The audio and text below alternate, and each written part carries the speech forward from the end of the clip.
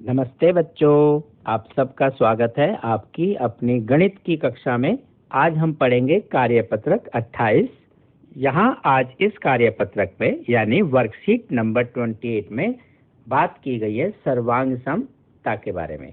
Congruency बोलते हैं अंग्रेजी में। आइए पढ़ें। आपको पता ही है कि त्रिभुज की 3 भुजाएं होती हैं, 3 कोण होते हैं और उसके शीर्ष भी 3 होते हैं, जिनकी पहचान आपको पूर्व में हो चुकी है।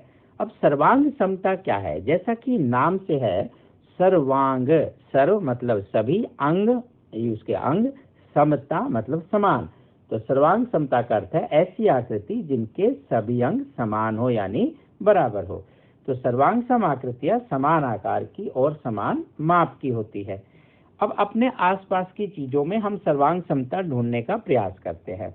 अपने दोनों हाथों की हथेली को लो, एक दूसरे की तरफ रखें नमस्ते की तरह। हाँ, तो आपके दोनों हाथ एक दूसरे के ऊपर पूरी तरह ढक देंगे, क्योंकि दोनों का आकार और माप बराबर है। अपवाद कोई हो सकता है, किसी में कोई वैसा हो, शरीर में अतिरिक्त अंग हो, लेकिन जनरली हम सभी का ऐसा होता है। इसलिए उनके दोनों हाथ क्या कहलाएंगे? सर्वांग सम। अच्छा, अब किसी और आकृति की बात करें तो ₹10 के 2 नोट लीजिए।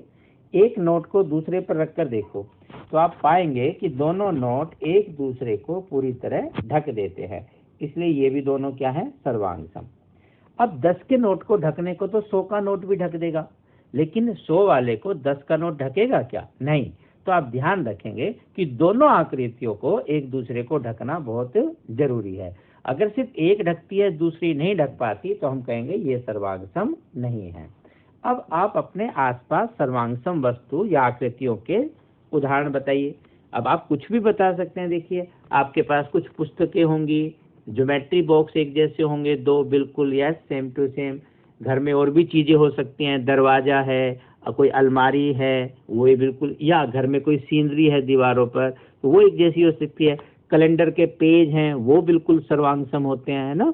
आपकी कॉपी के पेज हैं वो तो होते ही सर्वांग सम है।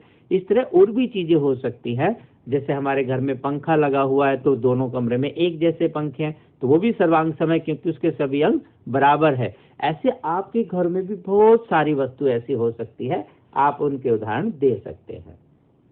अब हम बात करते हैं त्रिभुजों की। तो त्रिभुज की सर्वांग समता क्या कहेंगे? जब उसके सभी माप बराबर हो। यानी अगर हम 2 त्रिभुज लें जो यहाँ दी हुई है, त्रिभुज ABC और DEF, तो ABC और DEF के ऊपर रखें तो वो उसको ढक ले और दूसरा भी उसे पूरा पूरा ढके, कोई भी इधर उधर ज्यादा बाहर ना निकले, तो उसे हम कहेंगे त्रिभुज सर्वांग सम है। अब सर्वांग सम को लिखने का एक ये आपका सिंबल है ऐसा लगाया हुआ, बराबर के निशान के साथ ऐसे लहर से बना देते हैं, ये सर्वांग समता का संकेत है, चिन्ह है। तो हम पढ़ेंगे त्रिभुज ABC सर्वांग सम है त्रिभुज DEF के। अब यदि त्रिभुज ABC और DEF सर्वांग सम है, कब होगी? जब उसकी तीनों भुजाएं के बराबर हो और जब उसके क्रमशः कोण भी तीनों बराबर हो। इस तरह से हम उसे सर्वांग सम बता सकते हैं। या अगर हम कहेंगे सर्वांग सम है, तब हमें इन अंगों को बराबर कहना होगा। जैसे अगर यहाँ AB भुजा लेते हैं तो ABC के नाम में AB सबसे पहले आया, तो DEF के नाम में सबसे पहले कौन आएगा? DE। तो हम लिखेंगे AB बराबर DE। इसी तरह से अगला नाम पढ़ते हैं तो BC बराबर EF, AC बराबर DF। इस तरह से हम देखेंगे। फिर कोण के नाम से देखें, यदि हम कोई भी त्रिभुज, जैसे हमने नाम लिखा ABC, दूसरा लिखते हैं DEF, अगर आप ऐसा लिखते हैं तो कोण A बराबर होगा कोण D के, जैसे यहाँ लिखा। कोण B बराबर होगा कोण E के, और कोण C जो यहाँ पढ़ेंगे तीसरे नंबर पर बराबर होगा F के। इस प्रकार हम कहेंगे, तभी हम लिखेंगे। लेकिन यदि हम यहाँ इसका क्रम चेंज कर दें कि ABC को FED लिख दें तो वो गलत हो जाएगा। तो संगत भागों का क्रम बहुत लिखना जरूरी होता है। आप इसे ऐसा भी समझ सकते हैं, जो भी हमने हाथ का एग्जाम्पल दिया था, अगर हम अपनी एक हथेली को सीधा रखें और दूसरी को उसके ऊपर उल्टा रखने की बजाय सीधा ही रख दें तो वो ढकेगी या नहीं ढकेगी? तो हाथ एक दूसरे को नहीं ढकते हैं। वो अंगूठा, एक का अंगूठा दाईं तरफ निकल जाएगा, एक का अंगूठा बाईं तरफ निकल जाएगा। तो इसलिए क्रम में रखना बड़ा जरूरी है। या जैसे मान लीजिए आपके पास कोई कॉपी है, उसकी लंबाई चौड़ाई अलग अलग है, तो अगर आप एक कॉपी की लंबाई को उसकी चौड़ाई की तरफ रख देंगे तो वो उसको नहीं ढक पाएगी। तो सर्वांग सम में क्रम का होना बहुत जरूरी है। तो आप ध्यान रखेंगे जब हम इन भागों को लिखते हैं तो उसके लिए क्या कारण लिखते हैं कि सर्वांग सम त्रिभुजों के संगत बराबर भाग, इसी को इंग्लिश में बोलते हैं CPCT। इसका मतलब है corresponding parts of congruent triangle, तो उसका शॉर्ट फॉर्म में CPCT, corresponding parts of congruent triangle. तो सर्वांग सम त्रिभुजों के संगत अंग समान होते हैं। जैसे यहाँ पिक्चर में भी आपको दिखाया हुआ था, तो ये भुजा इसके बराबर, ये भुजा इसके बराबर और ये भुजा इसके बराबर।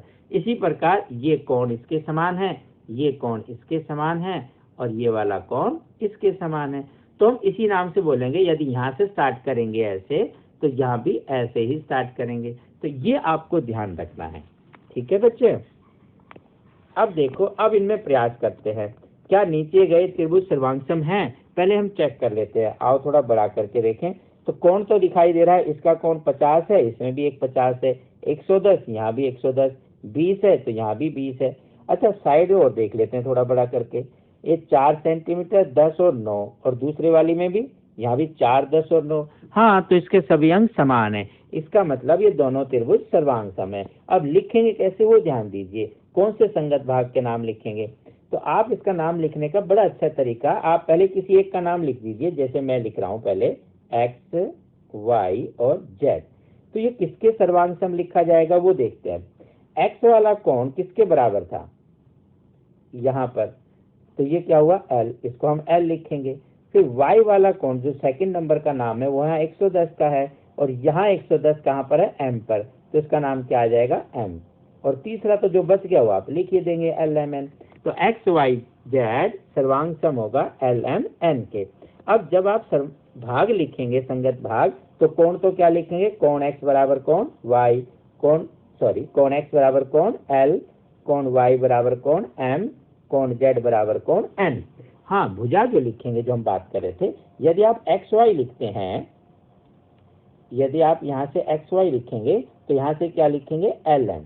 इसी प्रकार यदि आप कोई दूसरी भुजा या YZ लिखते हैं तो यहाँ से लेंगे MN। इसी प्रकार आप कोई तीसरी भुजा अगर X और Z लिखते हैं, पहला और तीसरा नंबर, तो यहाँ भी L और N लिखेंगे। इसको बोलते हैं संगत भाग। बस आपको ये लिखने की आदत डालनी है, इस प्रकार आपका सारा उत्तर सही हो जाएगा। तो है ना, आज का काम आसान, बहुत ही आसान सा था। आप बस ध्यान रखेंगे संगत भाग के हिसाब से लिखना, ठीक है। फिर मिलते हैं अगली वर्कशीट के साथ। तब तक स्टे हेल्दी, स्टे हैप्पी, और आप गणित में अभ्यास करते रहें, आगे बढ़ते रहें। Thank you.